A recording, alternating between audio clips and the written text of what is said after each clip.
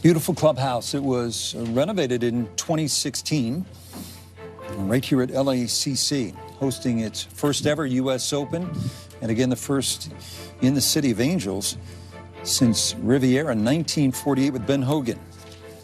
A bit cooler today in the 60s with that marine layer. The sun's expected to pop out tomorrow and then into the weekend. I think it's going to get much firmer and faster. Golf course restored by Gil Hanse. I mean, this is some body of work. Aronimink outside of Philadelphia getting the 2026 PGA Championship. Lower course at Baltusrol 2029. Merion back for 2030, hosting in 2013. This has some elements of Merion just in that, some phenomenal short holes, certainly a short three. You think about 13 at Merion, which was a huge factor in the U.S. Open when Mickelson airmailed the green, but then some brutal holes, particularly down the stretch. And keep going down. Those are all bedrock golf courses in major championship play in the United States. And with that, we're pleased to be joined by Gil Hanse. And Gil, congratulations, another wonderful piece of work. What's the significance of George C. Thomas and then the Los Angeles Country Club? Well, thanks for having me on. George C. Thomas is one of those architects that just doesn't roll off the tongue all the time. You hear Ross, you hear Mackenzie, Tillinghast, but arguably he was the most brilliant of them. The things he was thinking about, the things he wrote about, the things that he actually accomplished in the ground here at Bel Air, at Riviera were stunning. I think this golf course, we're excited for the world to see it now and for it to be unveiled. But the concepts, the thoughts, the courses within a course, the angles, the topography, the way he set this in here. He embraced the Southern California landscape. He utilized the barranca in all kinds of clever and ingenious ways, in front of greens, parallel to holes, diagonally across. He really had an amazing toolbox, not only in this ground, but also in his brain. And I think that, this golf course is completely the embodiment of him. Well, you went a long way towards answering my question, but I'm going to ask it anyway, because when I heard you make this statement, and given the graphic that we just saw that demonstrated the body of your work and the understanding that you have of great golf course architecture, I believe you said that this was the example of the greatest architecture, golf course architecture you've ever seen. First of all, did you say that? And second of all, what specific holes or examples could you give us that make you come to that opinion? I think it's the most brilliantly designed golf course. I think from a cerebral standpoint and a thought process standpoint, he utilized every bit of it to create the strategy, the thought process, the angles. I think one of the other great things about this golf course is, we know, and obviously we're very fortunate to be familiar with a lot of these places where you understand what the examination is. You understand at Oakmont it's the greens and how fast they are and how they run. You understand that at Wingfoot it's the narrow fairways and it's the thick rough and how you play the golf course. This golf course, I don't think, can be characterized in any way. I think this golf course, every single hole is its own examination. There are certain holes where you can drive it, you've got plenty of room to drive it. There are certain holes where you've got to keep it in play. There are certain holes where the fairway bunkers are the main challenge. There are certain holes where the topography is the main challenge. You've got greens that have greenside bunkers, some that are deep, some.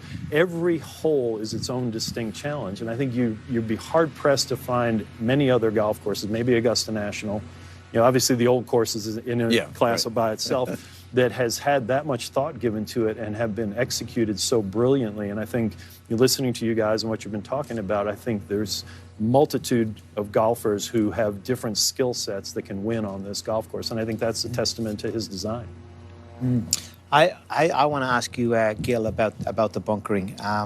There's a lot of talk already, certainly from the players, regarding the bunkering out here. And, my colleague in Sky Sports, the effervescent Wayne Riley, calls them eyebrows that you've put around these bunkers with the heavy grass. Yeah. And compare that to, Royal Melbourne, regarded as some of the best bunkering anywhere in the world. What a great golf course that is, where that's clean bunkering. There's an illustration of it here on the left-hand side. Royal Melbourne, you see the way they're clean edges and they eat into the green drips into the bunker. Whereas here, you've got these eyebrows, let's use Wayne's expression, around them. And that's incredibly coarse, incredibly dense. You might even see a couple of fresh air shots coming out of it this week. Give me the thought process behind that. Was that something that George Thomas did that you reintroduced or embellished, or is that something that you brought to the table? So that's something that, my partner Jim Wagner and Jeff Shackelford, who was our consultant on this this project, we scoured all images for George Thomas and Billy Bell in the bunkering. And so is it pure for LACC? No, but it's basically a replication of their evolved style. They got better and better, as most golf course architects do. They got better and better at their craft. And what they always talked about was emulating erosion. Like the best bunkers were scoured out by the wind or by the rain, and the way they ultimately emulated erosion. And so our thought process was looking at their bunkers stylistically, how do we replicate erosion? Well, you do it in a way because you've got the jagged edges, but you also do it from the standpoint of you create different textures. Right. If we went with pure Bermuda grass out here, we'd have similar texture to the rough. What we decided to go with were two grasses. One is a tall fescue, which is the primary grass around the bunkers that you see. That has a very coarse, thick texture to it. And then along the edges, we put in a fine fescue on the edge to give a different texture and a different look and feel. So our whole thought process was look at their style, try to replicate it, but do so in a way with using the different grasses for the different textures. As a result, you have the opportunity for balls not to get into the bunkers, and the players would probably actually prefer them to be in the sand in some instances. Well, absolutely, because that's the point. You hit a really good shot that comes up a yard short of the green, and you're in this rough that you might be able to move, got no control out of. Whereas if you totally mishit your iron shot by 10 yards, you're in the middle of the sand, and it's a straightforward bunker shot. So there's a sense of unfairness, that you can just miss it and be in a worse spot than if you missed it by more. Yeah, and I think that's something that we talk an awful lot about. And when you're dealing with older golf course architects, the word fair or unfair doesn't usually come up. And we always believe that it's partially a rub of the green. That's a good part of this game of golf that we love. And occasionally you're going to get a bad break. And as a designer, we're not trying to force that on anybody. If it happened every single time you played around this golf course, then I'd say there would be an issue. But if it happens occasionally, then I think that's okay. And I believe that ultimately, having the fear, we talk about the fear of a bunker, which for these players generally they don't fear very much, but having the fear of that grass around it and the edge condition be basically an extension of the quote-unquote hazard, I think from an architecture standpoint in the golden age, that was perfectly acceptable. Okay. Yeah, Gil, you began the restoration process here in 2007, 2008. You completed it in 2010.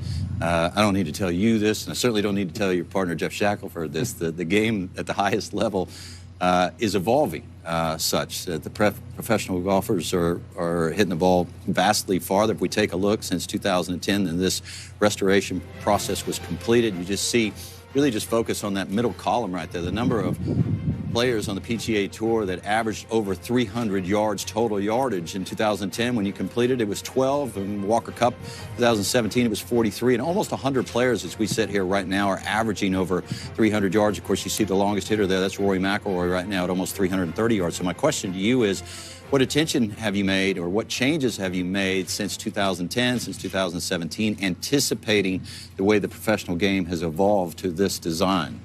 Very few, honestly. We made a lot of changes prior to the Walker Cup. We added a lot of length there, and obviously we wanted that to be our test case because those kids can hit it as far as the tour players. Yeah. Maybe the rest of their game is not up to that standard, but still they can hit it that far. So we used that data and came back with that, and we looked at a few changes. We added a back tee on 3. We shifted the bunker on the second hole. We tried to make just very minor changes, and ultimately, one of the things we talk an awful lot about is trusting George Thomas, trusting this piece of land. And it's also the comprehensive test. If we're trying, and I'm not suggesting you're saying this, but if we're trying to get to a number that we think will challenge these guys, then we sacrifice the little 15th, we sacrifice the 6th hole. The math doesn't work out. So we tried within the context of honoring what we thought he believed.